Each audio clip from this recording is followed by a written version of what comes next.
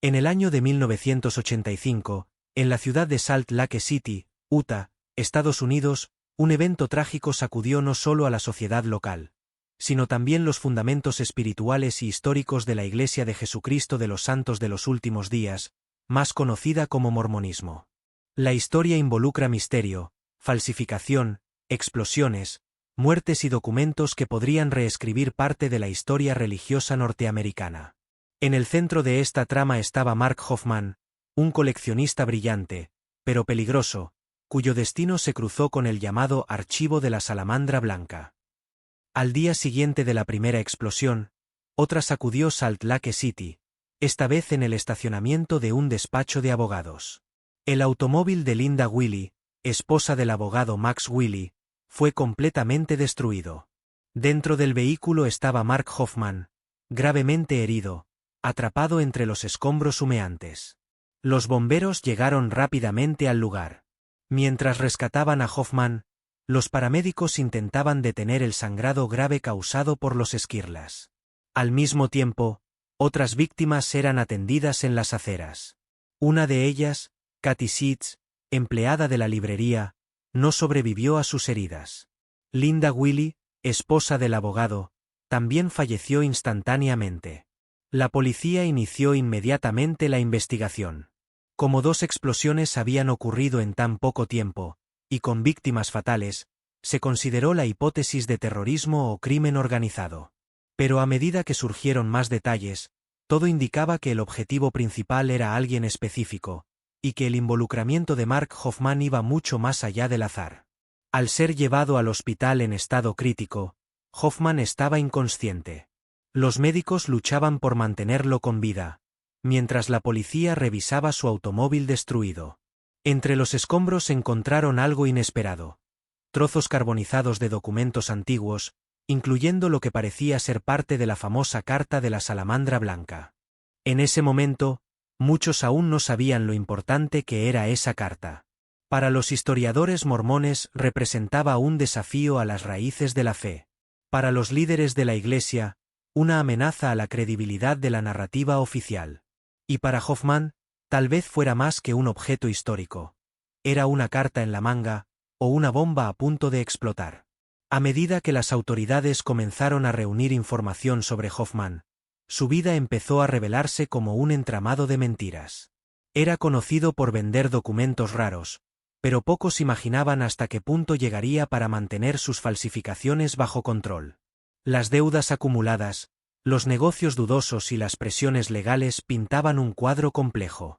Además, surgieron rumores de que Hofmann había recibido amenazas. Algunos decían que había sido confrontado por personas ligadas a la Iglesia mormona, preocupadas por el contenido de las cartas que había puesto en el mercado. Otros creían que él mismo podría estar involucrado en las explosiones, como parte de un plan suicida o como forma de ocultar algo mayor. El nombre de Steve Christensen, amigo cercano de Hofmann y también coleccionista de documentos históricos, apareció pronto en las primeras horas de la investigación. Christensen, quien trabajaba como contador, tenía conexiones directas con el mercado de piezas mormonas raras. Ya había comprado artículos de Hofmann y posiblemente sabía demasiado sobre sus actividades. Pero Christensen no estaba más entre los vivos. Había muerto en la primera explosión, dentro de la librería donde tantas veces negociara con Hofmann. Su muerte generó aún más confusión. ¿Había sido solo coincidencia? ¿O sería él una pieza clave en este rompecabezas mortal? Mientras tanto, la policía descubrió que Hofmann había adquirido materiales químicos en los meses anteriores. Sustancias usadas para fabricar explosivos caseros. Esta información cambió drásticamente el rumbo de la investigación. Hasta entonces tratado como víctima, Hofmann pasaba a ser visto como posible autor de los ataques. Con el tiempo, más pistas vinieron a la luz. Testigos relataron conversaciones extrañas entre Hofmann y otros individuos. Cartas, anotaciones y registros bancarios comenzaron a analizarse. Cada nuevo descubrimiento parecía confirmar una teoría cada vez más aterradora.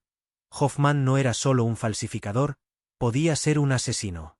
El gran misterio era, ¿por qué? ¿Cuál habría sido el verdadero motivo para que llegara a ese extremo? ¿Deudas? ¿Temor a ser descubierto? ¿Presión de la Iglesia? ¿O sería todo parte de un juego más complejo, donde la verdad histórica valía más que vidas?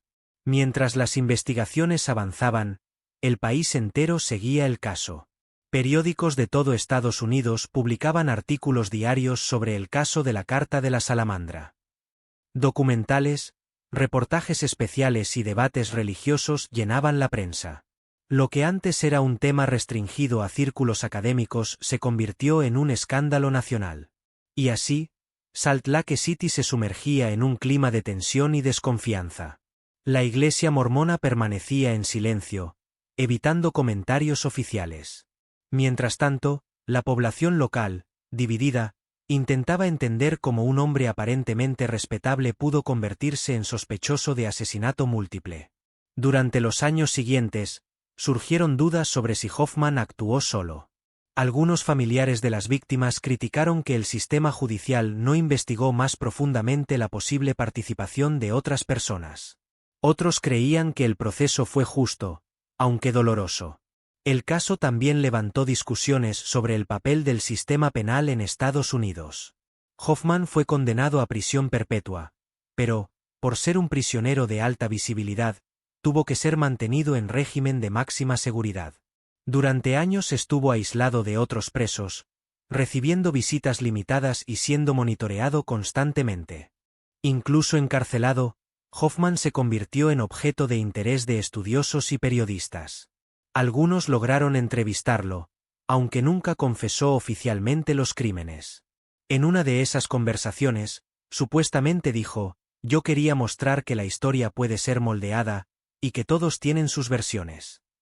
Una frase que resume bien su obsesión. Y así, el caso Hoffman concluyó en el plano legal, pero permaneció vivo en la memoria pública. Un criminal inteligente, un falsificador hábil, un hombre obsesionado con la historia y con las verdades alternativas. Ahora vamos a cerrar esta serie con una reflexión sobre el legado de este caso, lo que aprendimos de él y cómo sigue impactándonos hasta hoy. Esperamos que hayas disfrutado de esta serie especial sobre el caso Mark Hoffman, uno de los casos más complejos e intrigantes de la historia reciente estadounidense. Mark Hoffman no fue solo un criminal común. Fue un hombre inteligente, hábil y profundamente obsesionado con el control de la narrativa histórica. Su capacidad para engañar a historiadores, coleccionistas e incluso a miembros de la propia Iglesia demostró cuán fácil es distorsionar el pasado, y cómo esa distorsión puede tener consecuencias fatales. El impacto de sus acciones va más allá de las 3 vidas perdidas en octubre de 1985. Él alteró la confianza de las personas en instituciones religiosas, cuestionó la veracidad de documentos sagrados y abrió debates que aún están lejos de cerrarse. La Carta de la Salamandra Blanca, aunque destruida, se convirtió en un símbolo de este enfrentamiento. Representa la búsqueda de verdades incómodas, la tensión entre tradición y modernidad, y el deseo humano de reescribir el pasado según los intereses del presente. El caso también puso de relieve la fragilidad de la memoria histórica. Documentos, testimonios y relatos pueden ser manipulados, y muchas veces la diferencia entre lo real y lo inventado se vuelve tenue. Hoffman explotó esto con maestría, y pagó el precio máximo por ello. Para las familias de las víctimas, sin embargo, nada de esto importa tanto como el dolor que dejó atrás. Las explosiones de Salt Lake City no fueron solo ataques físicos, sino rupturas emocionales que marcaron generaciones enteras. Muchos de los familiares de las víctimas nunca encontraron respuestas completas. Aunque Hoffman fue condenado, persisten dudas. ¿Actuó solo? ¿Fue influenciado por fuerzas mayores? ¿Y si la carta hubiera sido real, qué cambios habría provocado en la visión de la historia mormona? Estas preguntas continúan sin respuesta, y quizás sea eso lo que mantiene el caso tan fascinante. No hay un villano simple, ni una víctima perfecta, ni una verdad absoluta. Solo un enredo de hechos, teorías y emociones que tocan profundamente a cualquier persona que intenta comprenderlo. En el campo de la psicología criminal, el perfil de Hoffman es estudiado como un ejemplo clásico de narcisismo patológico y manipulación social. Su caso muestra cómo alguien puede usar el conocimiento histórico como arma, y cómo la obsesión por la verdad puede llevar, paradójicamente, a la mayor de las mentiras. Para periodistas e historiadores, el caso es una lección sobre la importancia del escrutinio crítico. La prisa por aceptar documentos antiguos como auténticos puede abrir espacio para fraudes que van mucho más allá del dinero, tocando el núcleo mismo de las creencias humanas.